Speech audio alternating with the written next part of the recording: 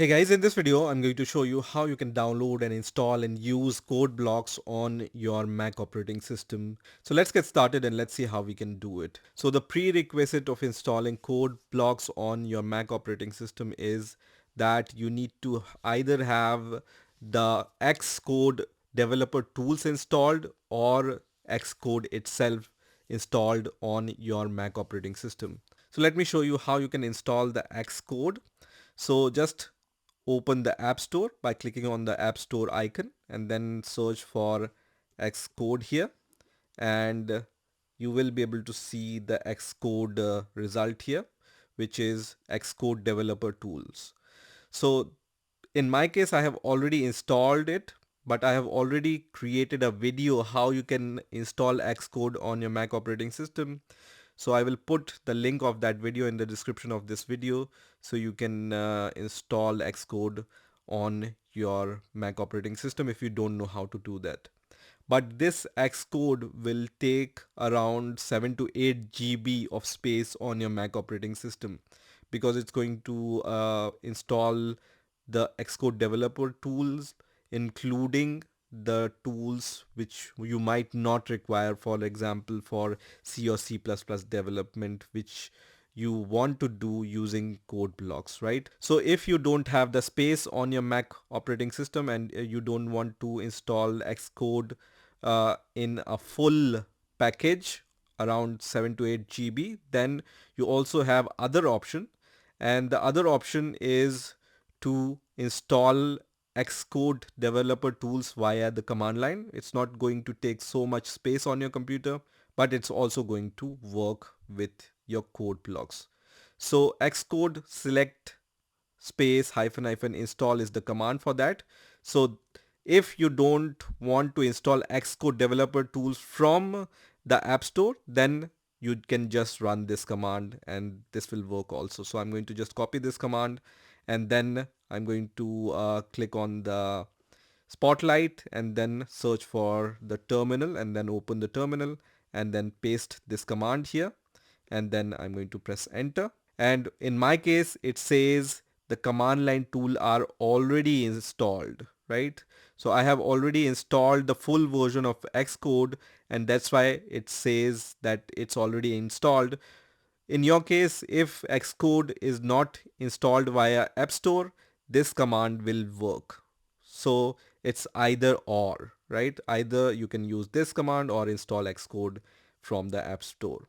Once you have Xcode developer tools, let's go to the browser. So you can choose any browser of your choice and search for CodeBlocks. And the first link which will appear here will be from codeblocks.org. So I'm going to click on this link. And here, let me just press on consent. And here I can read more about code blocks, but we want to download it. So I'm going to click on this download link here, and under download, it says download the binary release. So I'm going to click on download the binary release, and then I have the option for the Mac OS X. So I'm going to click on this link which says Mac OS X, and then I have two links here. I can either download the Mac binaries from FossHub or sourceforge.net. I'm going to choose the second option, which is sourceforge.net under Mac OS. So I'm going to click on this link, which is going to redirect me to the sourceforge.net website. But you don't need to download this version of CodeBlocks. So I'm going to cancel the download of this version, which starts automatically. This is the 32-bit version for CodeBlocks, which is compatible with the previous version of macOS. But you need to go here once again. Once the download of that file is complete, when you scroll down, you will be redirected to the sourceforge.net /projects /code blocks URL. Here you need to scroll down and then click on this files tab here. So click on the files tab, and then you need to download the 64-bit DMG version here.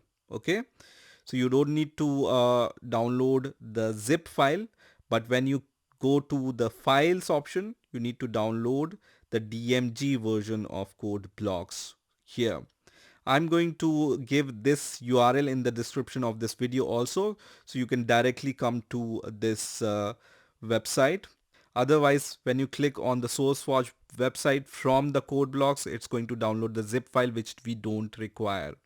I'm going to download this .dmg file for the 64-bit option, and once I click on that option, the download of the DMG file will start and not the zip file. You can see I have previously downloaded the zip file because the download of the zip file starts automatically, which I don't want, right? I want the DMG file for OS X 64. Once the file is downloaded, click on the file, which is going to start the installer for CodeBlocks. Let me minimize the browser. Now the process of installation is really simple. Just click on the CodeBlocks icon here, press Command key, and then drag and drop this CodeBlocks icon on top of the applications folder until you see the plus symbol, and then leave it on the applications folder. So now CodeBlocks is transferred to your applications folder, and now I can see this icon here. Once you see the CodeBlocks icon inside your applications folder, you can just close this installer window, and then I can go to Launchpad and then open the CodeBlocks from here, or I can even go to the applications folder in the Finder and open the CodeBlocks from there. Just click on the CodeBlocks IDE. It's going to start the CodeBlocks IDE now. So for the first time when a CodeBlock starts, it's going to recognize the compiler. In my case, it has recognized two compilers. One is the GNU GCC compiler and other is LLVM CLang compiler. Default is the GNU GCC compiler. So I'm going to leave it as default. You can also leave it as default. If you want to change the default compiler to the CLang compiler, just select that and then set as default. So just click on set as default, and then you will use the CLang compiler. But for now, I will use the GCC compiler. So I'm going to click on OK here, which is going to start the CodeBlocks IDE. Now, once the CodeBlocks IDE starts, let's create a very simple C++ program. So I'm going to click on the file here and then click on new, and then I can click on the project option. So new project, and here you can choose from so many different projects. For now, I want to create a console application. So I'm going to click on console application here and then click on go. And then it says we are going to create the console application. I'm going to click on next, and it will be a C++ application. So I'm going to select C++ and then click on next.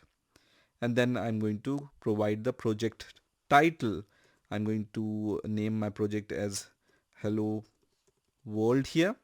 And then I can also choose the destination where I want to save this project. So I'm going to click on these two dots button, and then I want to save this project in my documents folder. So I'm going to choose the documents folder and then click on open, which is going to save my project in my documents folder. Now I'm going to click on next.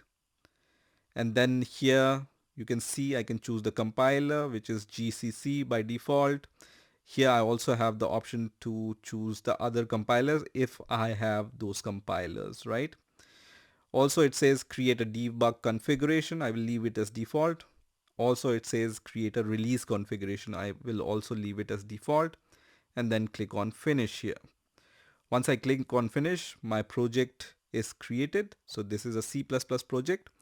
And here I can see under sources, I have one main.cpp file. So let me click on that, which is going to CodeBlocks application quits unexpectedly. And I can see this message which says CodeBlocks quit unexpectedly. Click report to see the details. So let's see how we can solve this problem. So for now, I'm going to click on ignore. Once again, I'm going to open the CodeBlocks here. And once CodeBlocks opens, before opening my project, what I need to do is I need to click on plugins here and then click on manage plugins.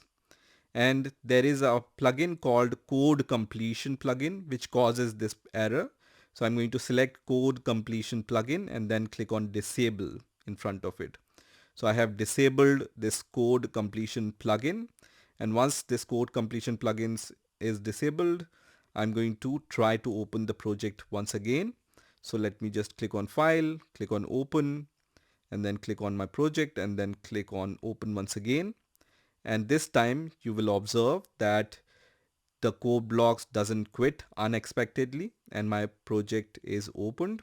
So let me just click on the main.cpp file here, and this is the code which is generated automatically by the CodeBlocks for us. So to compile this code, I just need to click on this build button. So let me click on build button, which is going to compile my project, and there is no error in it, zero error, zero warning. To run it, I'm going to click on this green run button. So when I click on run button, it says CodeBlocks wants access to control terminal. Yes, because we are creating the terminal application, CodeBlocks will run this C++ program in the terminal. So I'm going to click on OK here, and it runs the application in the terminal, and it will show this kind of problem here. So when you see this kind of problem on your ZSH which says no such file or directory on CodeBlocks, what you need to do is, let me just close this terminal, go to your CodeBlocks, and then here click on settings and then click on environment, and under terminal to launch the console program, instead of this lines, so instead of this script terminal to launch the console program, I need to change this script a little. So I need to change it to this script. So first part is okay. OSA script -e tell app terminal -e activate -e do script. Until do script everything is okay, but now it says quoted form off. So I need to remove the quoted form off from here. So let me just remove this from here, quoted from off, and now this script looks fine, right? So just remove that section which says quoted from off, and it's going to work. So OSA -e tell app terminal -e activate -e do script space script, and then -e and tell. I'm going to click on OK here, and once I do that, and then when I click on the run button once again, it's going to work. You can see it prints hello world now, and everything is working. This is how you can download and install CodeBlocks on your Mac operating system. I hope you enjoyed this video, and I will see you in the next video.